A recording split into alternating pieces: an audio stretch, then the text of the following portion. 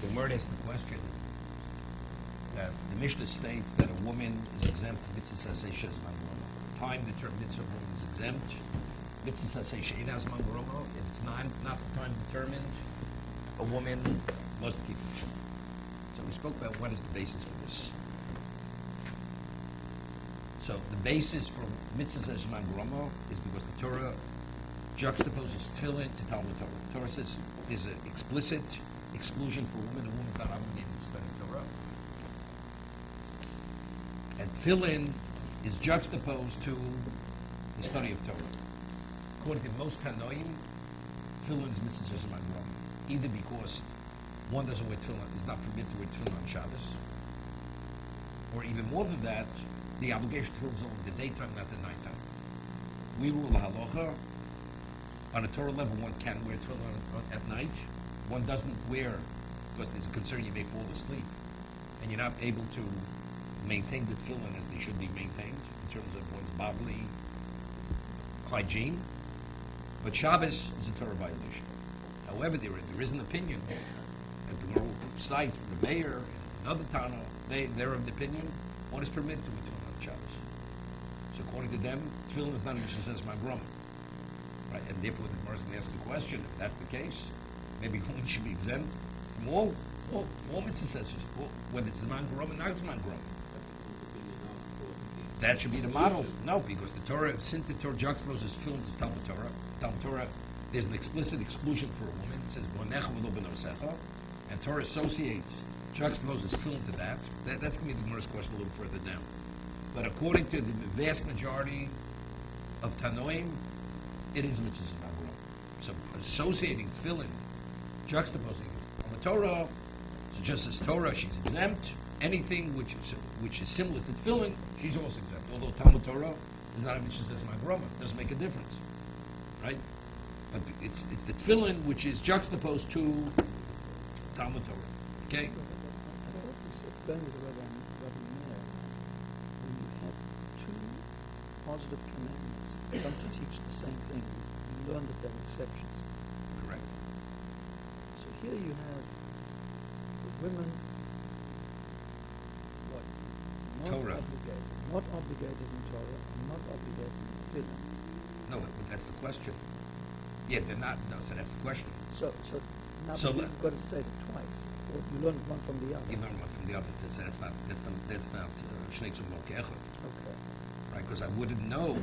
Right, I wouldn't know tefillin. But so how would? Okay, we'll get to. I'm just speaking. Yes, Look. Before it gets a little complicated. Okay? So we have a principle that Torah does not repeat itself twice.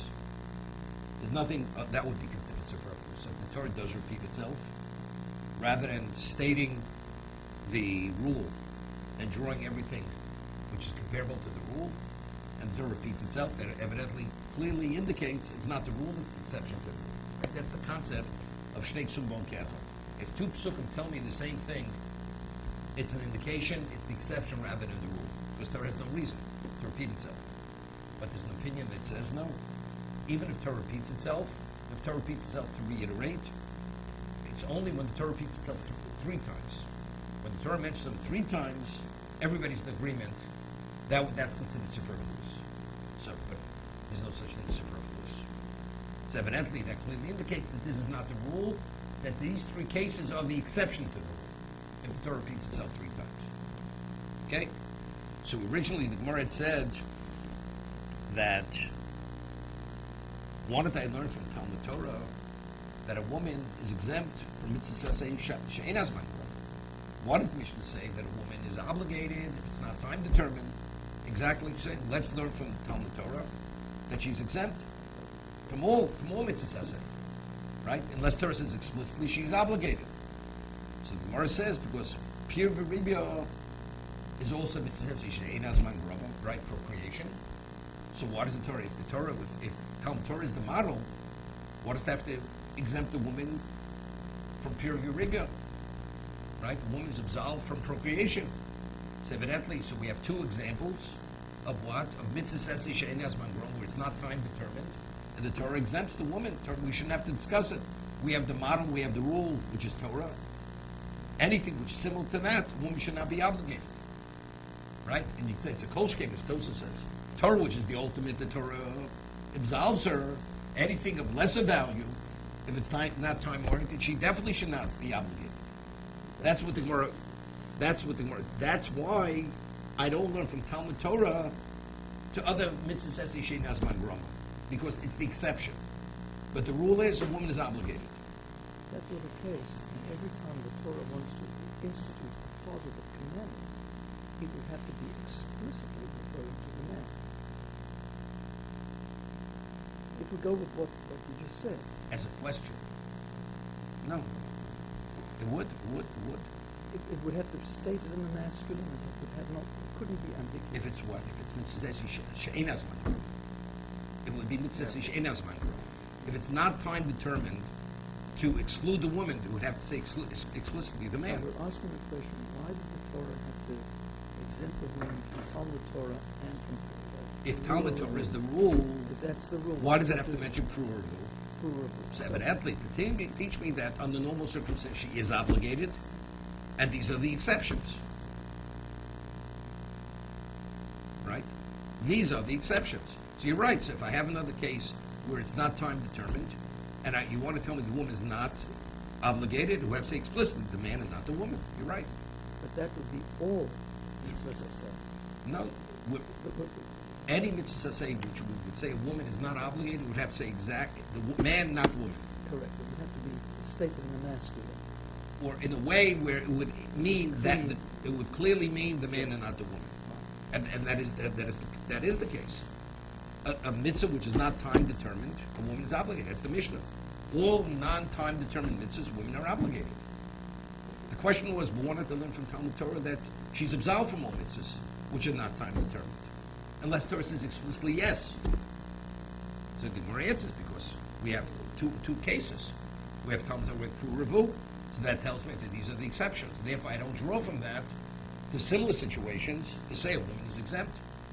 Right? That's some more to end the verse. What about according to Rabbi Yochanan ben Baroka? Rabbi Yochanan ben Baroka says that a woman is obligated in procreation. So if that's the case, I only have one case of not the time determined that the Torah says a woman's exempt. Talmud Torah. Then the Torah clearly has to make it clear that she's obligated in a woman to say Shein as man brahma. Otherwise, I would use that as. Wait a second. How do we know that? The reason we know it is because the Torah gave us its mitzvah. That's exactly what we're saying. If you have two examples that she's not obligated, so the inference of that is that she is obligated. Correct? She's a Jew. A Jew is obligated. Negative commands, we've discussed this. So now, to what degree is she obligated? So the Torah says sometimes yes, sometimes not. When yes, when not. So that's what we're discussing. So if I only have one, if we only have Talmud Torah, I would say, as Talmud Torah, which is not time determined, she's exempt. Any non-determined mitzvah, she's exempt, unless Torah says explicitly she is obligated. As it says, Hakel, she must go to the temple now. It says Noshe. Okay? It wouldn't have even have to say that. It would have to say that. With a kolshkin, it's not time determined. That's kolshkin. It's time dependent. It's time, but non-time dependent. She would be exempt. She would be exempt. No, now we're asking the question. Yes. So that's the question. So for Rabbi Yochanan ben Baroka, that he says that she's obligated in procreation, how do we know she's obligated if the mitzvah is not time dependent? Right? That's where the Gemara is at. And the Gemara quoted a pasuk. What he bases it upon was it says Vayvorachosem Elokim Pruruvu. It says he blessed them, which includes the man and the woman. It says Pruruvu. So we have to find another case which is not time determined, time dependent, that a woman's exempt, right? That would fix it. Even that would correct it. Even according to Rabbi Yochanan ben Baroka. Smar says not a problem. Bishum Davi Talmud Torah Pidyon Aben Shnei Ksum Balkecha. We had earlier Pidyon Aben. A woman's also exempt from Pidyon Aben. A woman does not have to redeem her child, although it's her firstborn. So now we have 3 according So to we the have other good, very good. So You have 3. No, 3 is not a problem. If it's an exception, every time she's exempt. It has to say she's exempt because under normal circumstances she's obligated, right? So 3 is not a problem. But with you have a firstborn, Petarecha, 30th day onward, you have to redeem it. So, right, it's like bris because once it starts, it just continues. Right. So now, according to Rabbi Yochanan ben Broka, I have 2. I have 2 cases. According to everyone else, the way we rule that a woman is not obligated procreation, we have 3 cases. Wait. So according to us, it's shloshik suvim. According to Rabbi Yochanan ben Broka, it's shnei suvim. Okay, so let's see. So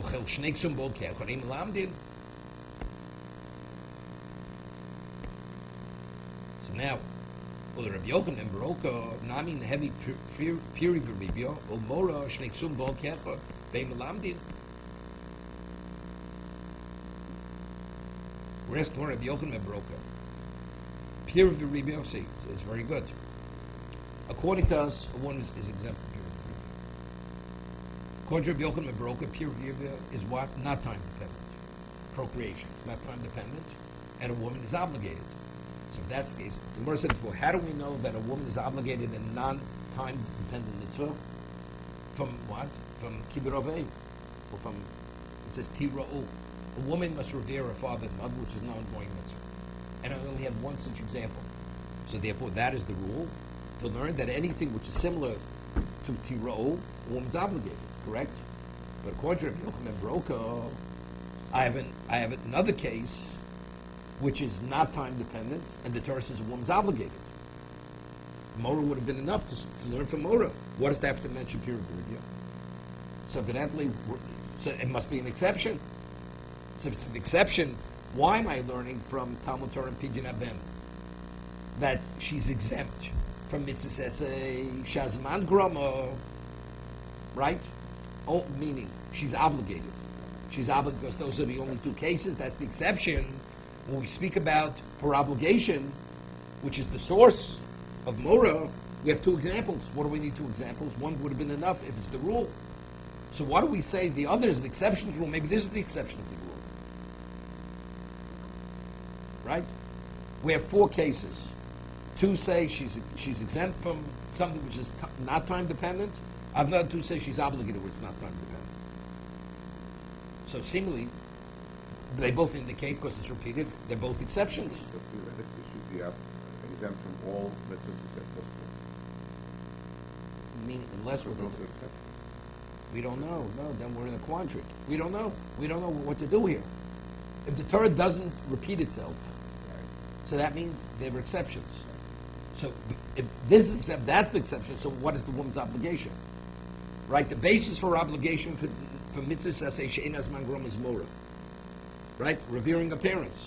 But if I have another case, so I have a problem. Basically, from this, theoretically, Can't conclude anything. You're just totally confused. The Torah doesn't present itself to leave you just in a quandary. What do I do? So these are all exceptions. These are all exceptions. So what's the exceptions? It's not the rule. So what is the rule? Your parents, you've got Peru or the rule. That she's obligated. That she's obligated. And revering her parents. So according to Rabbi Yochanan ben Broka. You've got the 2. You have the 2, and I have 2 on the other side, Talmud Torah and Pidyon Aben. Right? Which are also, she's exempt. So I'm in a quandary. What do I do? Right? That's the Gemara's question now. Pidyon Aben is not a time bound. It's not. That's like Mila. After because once it begins, it continues. Abraham, are you with us? Yeah, I'm with you. Okay, I have questions at the end. Okay. Yeah, Yeah, one saying to absolve and one saying to obligate. So is she Mora and Pidyon and Mora and Pru Revu because Rabbi Yochanan ben Broka says although it's not time dependent, she's obligated. And then I have on the other side Talmud Torah and I have Pidyon Aben says she's not obligated. Okay? Shrichi. So Mora says no, that Mora and Pru Revu each one cannot be learned from the other. So if one cannot be learned from the other, that means there's nothing superfluous here. The whole concept, 2 psukim do not communicate the same concept, the same obligation. But if each one cannot be drawn from the other, that means there's nothing superfluous. Okay? Tzrichim. Because of Rachmana Mora, the Torah would have only written Ishim of Tiro. Tiro in the plural. Lokosef Pir Viribio, Havamina V'chivshuho. I would say a woman is not obligated in procreation because it says V'chivshuho. He shall conquer her. So what is the context of the concept of procreation? It's conquering. The man conquers the woman. Omer Achmona Ishtar. No, Kipshua over there also. So, I mean, what is that referring to? I thought Kipshua is referring to the earth, the land, not to the woman. It's a connotation to the woman too. Could be interpreted for the woman too. Yeah. Fill the earth and conquer it. So, okay, that's the question. What is it going? Is it going? Or her? The woman or the earth? Is the woman included in that? Or the woman not? So Yochanan Ruba says this is going on the earth. Right. Because he interprets Osam, not that the woman's obligated. So this is going on the earth. Right. But according to our position, that she's exempt, because it's Chipshuah. Ish darko lichbosh, the man conquers. That's what the Gemara said. We have the Gemara begin. Kikach ish isha. Right? The man is the one who takes the initiative, it's not the woman. So lo, should that be the case? Only the man would be obligated in procreation, not the woman, because this is not the character of a woman. Because the act of procreation is taking initiative. The man does the initiative, the woman is the object through which procreation takes place. So what is the connotation? Chipshuho. Right? The man, not the woman. That's what I would have said. So Rabbi Yochanan Baruch says, no. The Torah says, Vayvorach Osam. So I wouldn't have learned Pru Revu from Mora. Mora, there's no reason. As a son has to revere his parents, a woman has to revere her parents. The Torah says that. Okay? But I would have differentiated between a man and a woman in regard to procreation, Pru Revu, because Pru Revu, period, Ribyo, Lokos of Mora. A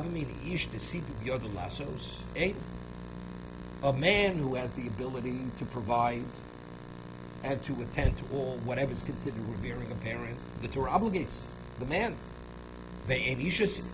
She's not able to provide that level of reverence because she's bound to her husband. Lo, the Torah does not obligate her because it's something which she cannot fulfill properly. Maybe the woman is exempt totally from this area. Even. But again, we're not making it because we find it's not similar to, once it's not similar to the other, it cannot be compared to that.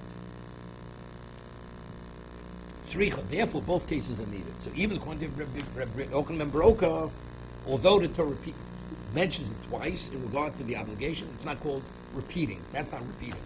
So there's nothing superfluous. Question, Rabbi, how do we know that if the woman is in a clash between listening to her husband and honoring the parents, or the husband takes precedence? It says ish. That's the Gemara's question earlier. It says ish imo v'ov tiro. Ish, a man. Imo v'oviv tira'u. So tiro is plural. Ish is singular. Ish means the man. So is it the man and not the woman, or is it the woman? So it starts saying it's one and it concludes saying it's both. So that's what the Gemara says. If there's a clash between her responsibilities to her husband and her parents, then it's only the ish. But if there is no clash, then it's tiro. Then the mother, the wife, the woman also must demonstrate that reverence to the parents. And if it says also that a husband, a man will cleave to his wife, and he will leave the home of his parents. It says that. So now, what happens if the demands of the wife interfere with the husband honoring parents? Do we say that honoring parents supersedes? Yes. Yes. If it is an obligation. If it's within the context of obligation, the parent takes precedence over the wife.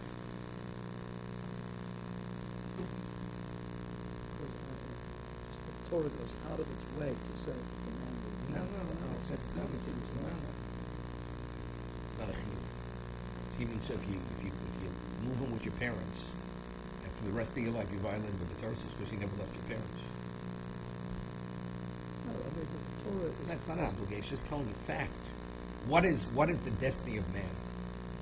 Life continues. You go on, you reach a stage in life, you leave, and you have your own family.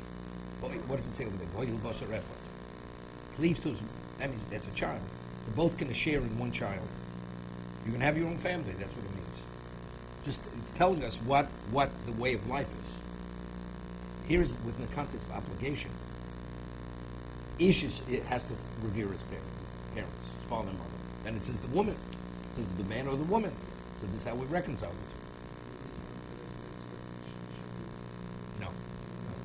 No. I even a non-Jew, it's not one of Hashem's Noach, right? The David Bishto. The David Bishto, right? He cleaves. That's not the mitzvah. Approved. No.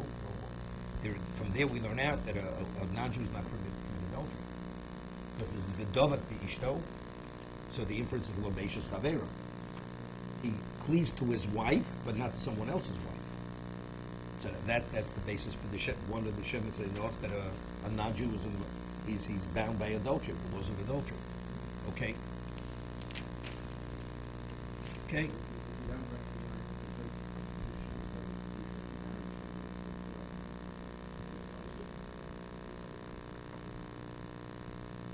This is adultery has to do with kiddushin.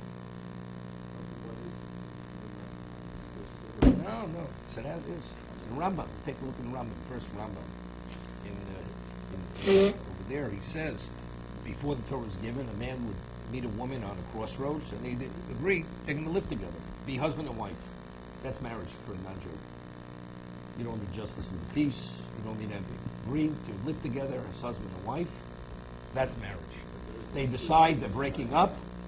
That's divorce. Within that, there's exclusivity. As long as they agree that they're husband and wife, that's exclusivity. They decide to end the relationship, then the relationship is over. Okay, it's terminated. So now the Gemara asks. So now what do we have? We have Talmud Torah, and we have Pidyon Aben. According to us, we have three psukim, right? We have Pru Revu. Okay? So now we have a problem. So according to the opinion that if you have two psukim do not communicate the same concept, obligation, so that means, that tells me it's an exclusion. So we say Talmud Torah is an exclusion, and Pidyon Aben is an exclusion. But on normal circumstances, she's obligated if it's not time dependent. So therefore, even according to Rabbi Yochanan and Broka, we understand why a woman is obligated to what? The mitzvah says, say she'ein hazman grama, where it's not time dependent. Correct? Because I have Mora, and for Mora, that's clear. But that's again. But we're talking about. Well, why shouldn't I look at Talmud Torah as the basis for exclusion? Because it's Shnei Ksuvim. But what about Elamadion, Lamdin, Michael Neymar? But there is an opinion that says you have to have three psukim to be considered exclusion. Two is not sufficient.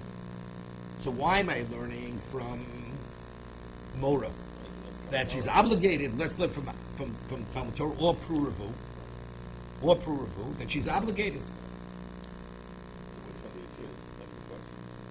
So why do I choose one over the other? Right? Omar Rava. So Rava answers, Papanoi Yadi Lo Latime. The one who's called Papanoi comes from a community called Papano. He knows the reason. He could offer the reason. Domilsa, this issue. Umanu, who's Papanoi? Ravacha Bayako. Omar Kro Voyel Chol Osa Yodecho Ultotofos Beni Ulzikor Beni Necho Matia Torah Hashem Beficho. So the Torah is juxtaposing Tefillin, Matir Torah Hashem Beficho. Gemara and Shabbos learns from here. that the material for tefillin have to be made of a kosher species. It has to be edible to you. If it's not an edible species, you take the hide of a non-kosher species to use for the leather tefillin, it's not valid. It has to be from a kosher species. Okay? Because it has to be fit for your consumption. Okay? The Gemara says, so what about nevelo? The Gemara says nevelo is okay, even if it was a slaughter. It's going on the species, not on the actual edibility of the actual animal itself in its state. It's the species.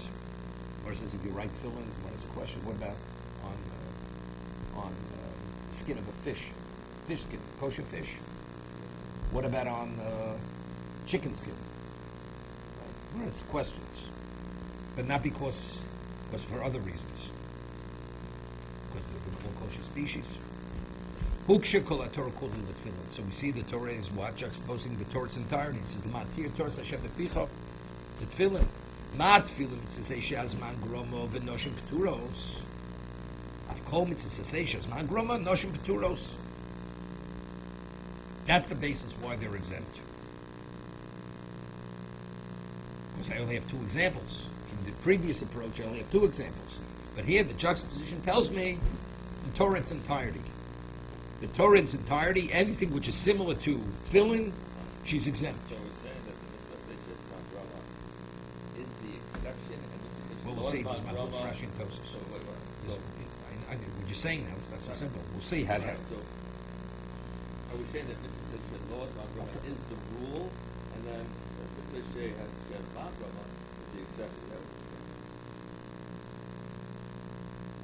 We read the Mishnah, it's saying the same thing. Let's read the Gemara. What the Gemara is saying. The Gemara is saying the Torah, what the Torah is communicating by juxtaposing tefillin to the Torah's entirety. That what? That just as tefillin, right? Ma tefillin it says man groma v'noshim keturos, right? How do we know noshim keturos? Because it's juxtaposed to Talmud Torah. Okay? And the Torah says the whole Torah's entirety is similar to tefillin. That means avkom mitzvah, so which means just as tefillin's mitzvah is man groma, so throughout the Torah, every mitzvah is man groma, noshim keturos. Women are exempt unless Torah says they're obligated, like hakim, like matzah, like kiddush, right? Those are the exceptions. So what is that? If the Torah chooses tefillin to juxtapose it to the Torah's entirety, so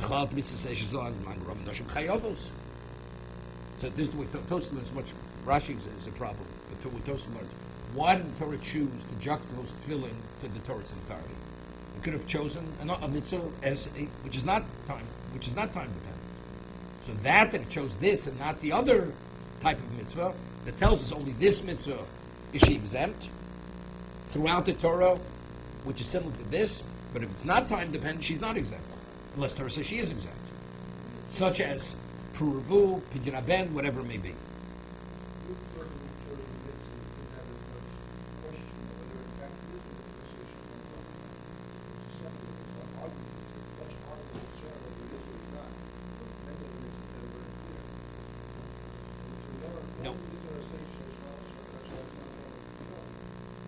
Let's say I'm of the opinion that tefillin is mitzvah, which is the vast majority of the Talmud. That's the position. So the Torah is very clear. The Torah is juxtaposing mitzvah seishas as groma to the Torah's entirety. The Gemara is going to ask in a moment. So what about according to Rabbi Meir? According to Rabbi Meir, that he's of the opinion that it's not a mitzvah groma. So maybe from this juxtaposition, I should say, women are exempt from all mitzvah seishas groma, even if it's not zman groma. That's going to be the next Gemara's question.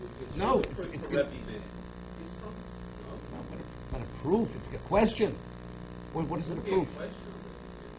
Rameir says, Noshim, tefillin is not a mitzvah magrom. No, it wouldn't prove anything. What does the pasuk say? The whole Torah is equivalent. No. It's throughout the Torah. If you find something similar to tefillin, it will be similar. But whatever it is. If it's mitzvah magroma, it's mitzvah. If it's not, it's not. But factually, even Rameir agrees that women are obligated to say shein as mangroma. But according to Rameir, how do we understand this juxtaposition? That's going to be the Gemara's question in a moment. According to Rameir, women should be exempt from everything, unless Torah says explicitly they're obligated.